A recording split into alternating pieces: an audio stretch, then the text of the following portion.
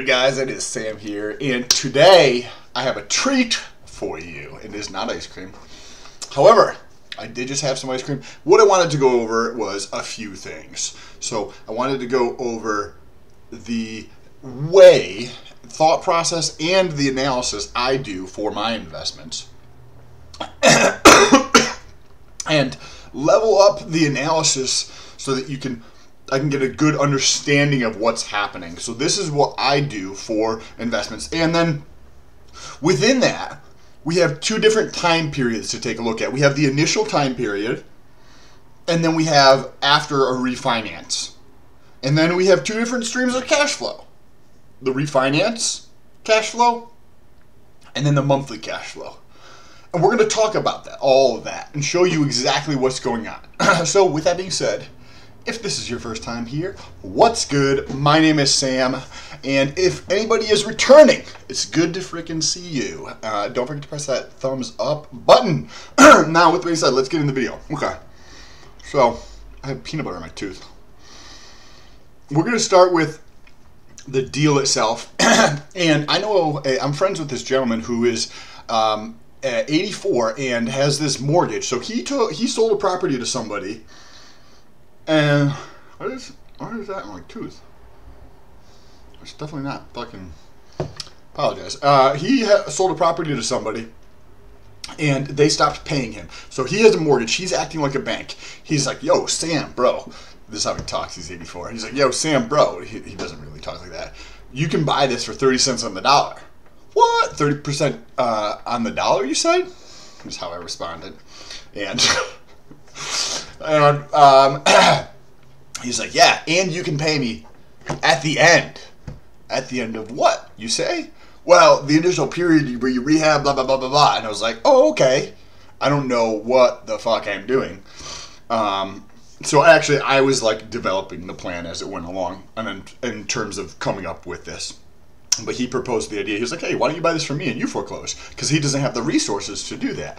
And when you actually take a look at the foreclosure and like the process and how much it costs, so I talked to several different lawyers, and it's probably going to cost anywhere from like $3,000 to $6,000 and take anywhere from 3 to 6 months. What if that takes a lot longer? What if it costs a lot more? So I figured $15,000. There's a lien on the property from a neighboring city. By the way, this is a 3-unit place. It's got a 3-bedroom, 2-bedroom, and a studio. So in the studio, I'm not sure if it's a 1-bedroom or a studio. So to be conservative, I said it was a studio because the average rents are cheaper for studios than they are 1-bedrooms.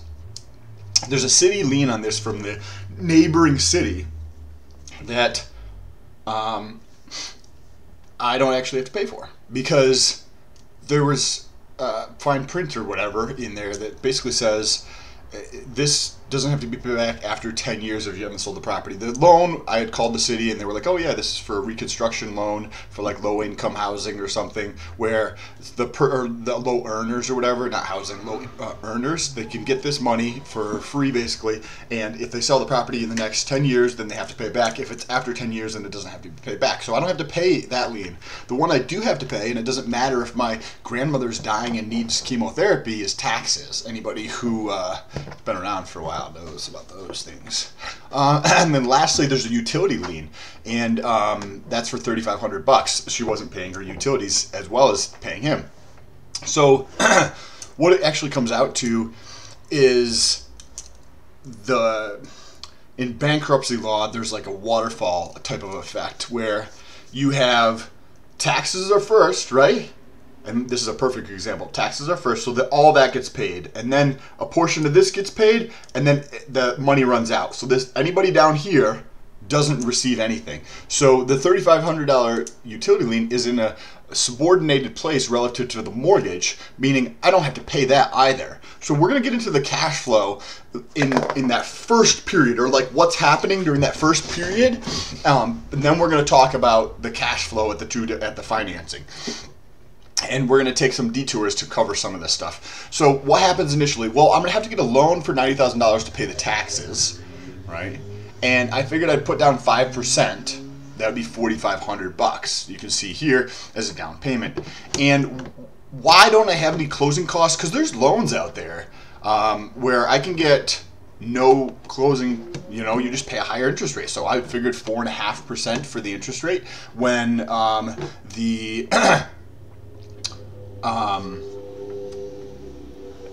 when the rates in the market are around 4% or a little less than 4% right now. And why would that make sense? Is because it's just gonna be short term. Remember, we're gonna refinance this property in 6 months. And after we go through the totality of it, right, there might be 4 months of foreclosure and then 6 months of rehab. So the totality might be 10 months. But we'll just assume that foreclosure actually costs $15,000, even though I think it's going to be substantially less than $15,000. And then we have holding costs, which we're going to talk about in a minute. And then we jump down here to our rehab cost. And our rehab cost is about $10,000 per unit, and then $5,000 of short-term financing cost to help take care of that. But we're just, in this example, we're just going to assume that I actually just pay for it myself out of my own cash. And I think it's going to be substantially less than $10,000 per unit. I was only able to look at one of the units, but it wasn't bad at all. Just like a little bit of cosmetic stuff, and it would make it look like really nice. And then I still have to pay my friend back, right? The gentleman. And that's $30,000. But I don't have to pay that now. So if you want to like look at these expenses of the ones we have to pay, the ones we don't have to pay, right, this is what we have to pay out. We have to pay out the holding cost, we have to pay out the foreclosure cost, and we have to pay out the rehab cost. So I'm going to have to come up with $56,000. I don't have 50, well, actually I probably do have. Yeah, actually. Well, so I would basically have to pay $57,000, right? Now, that's the initial time period, but I wanted to dive a little bit deeper into holding costs. What are holding costs? Well, first of all, the estimate I gave for the time, I said 6 months. I think that it's actually probably going to be a little bit over 2 months, so I rounded up to 3 months, and then I doubled it. So that's a very conservative estimate, and that's why we're basing this holding cost over here is on 6 months, right? Because the monthly cost is $1,118. And what that's made up of is a mortgage for $90,000, right? Where we put 5% down. That comes out, the P&I is 50%. Maintenance cost. There is no maintenance cost. I'm fucking rehabbing the property. We already captured that. Property manager. There is no property manager. I'm taking care of it. Taxes are going to remain the same. PMI. Why is PMI in here for investment property? Because I'm going to be living in the property. Or have the intention of living in the property. And I fully will follow through on that. Then we have landscape and snow. I don't have to do any of that because there's barely any yard. It's like a 10 by 10 foot section for a yard. So I'd probably just put gravel down or something. And then the snow removal. If nobody's living there, like, then I don't need to pay for snow removal. Utilities. I don't have to. Oh, utilities, $300. I figured $100 per unit, even though 2 of the units I won't really have to have utilities on. Just other than like to keep it above, say, 50 degrees in the winter. If it might happen in the winter, it might happen in the springtime. I'm not sure. And then insurance, which I think is going to be less than $1,000 a year, but I factored $1,000 a year for the insurance. Now, when these are all going to be added up over 6 months to $6,700. So it's not going to be like I'm going to have to pay this all up front. It's just going to be spread out over that 6 month period. Now, at the end of that 6 months, well, let's take a look at 2 different things here. Now let's take a look at that ending period. But before we get into that ending period, let's talk about the mindset that I use to analyze my investments. So I want things that are going to, way I analyze it is I reduce the cash flow, I reduce the benefit, make it look worse than it really is, but then I also make all the expenses higher than I think they are, or time frames longer than I think they're going to be. And then I analyze the delta between that, and I see if it still makes sense with all those super conservative estimates. So and that's how you should approach it, in my opinion, if you plan on doing this for a longer period of time than just once. What we have here is the ARVE, which is the after repair value estimate. And I was also very conservative with this. Comps, which is comparable properties in the area, are selling for around 300 to 350, 300 to 325. So I figured $50,000 less than that to be very conservative. Excuse me. And what happens at the refinance period is the appraisal comes in, say at the same rate as the ARV, that's the objective, or well, hopefully higher, but I'm just being conservative here. Say it comes in at 250. Most of the time, you're able to pull out 80% through a mortgage, through a refinance. So you pull out $200,000, which is 80% of 250, and then you want to go through like the cash flow, right? So you receive $200,000, but where does that cash flow go? Well, let's take a look at this. Well, first of all, it pays off the $90,000, and yes, it's going to be a little bit less than $90,000 because you've been paying principal on that, but it's going to be very marginal. So we didn't consider the amount of principal you've paid over the past 6 months, or that I will have paid over the last 6 months. And then there's the $30,000 that I need to pay back my friend. So what's left over is $80,000. Now, as we touched on earlier, we had paid out over that 10-month period, potentially a year, $57,000. So this could take a little bit to play out, but hear me out. So say if it takes a year for this whole thing to come to fruition, and I will have paid $57,000. And say this took an entire year to do, right? And then at the end of the year, I get $23,000 back, right? Tax-free, that's my profit, plus my $57,000. Yep. So I take my $57,000 and I tie it up, right? I can't get to it. I'm using it at the end of a year because it takes me double, right? It takes me 12 months. At the end of the year, I refinance. On December 31st, I refinance, and I get a check for $200,000, and I pay the loan, and I pay my friend back, and I'm left with $80,000. I get my money back that I originally put in, all of it, plus another $23,000 that I do not have to pay taxes on. Why? Because from the IRS standpoint, for something to be taxed, it has to have some type of taxable event. And what causes a taxable event? Well, the title change would cause a taxable event because the ownership changed. Ownership is not changing. It's still my property. So that's tax-free money that I can take and invest in the next deal, right? Plus, I still have my $57,000 to put somewhere. So you can see how impactful this can be. And this hasn't even touched on the cash flow of the property. So let's take a look at what the payment will be after the repairs and everything. Okay, so it's going to be about $1,858. First is the principal and interest. Mortgage payment is $950. It actually came out to be less. I think it was $930 something, so I rounded up because, just to add more margin in this. Maintenance, I figured $100 per unit. I will have just done renovations, so I think that I won't really have maintenance for quite a while. So this is just going to build and accumulate in an account that, you know, at the end of a year you have $3,600, which does a lot of work on property. Like $3,600 bucks is substantial. So once this gets to a threshold of maybe say $3,000 per unit or something, then I will.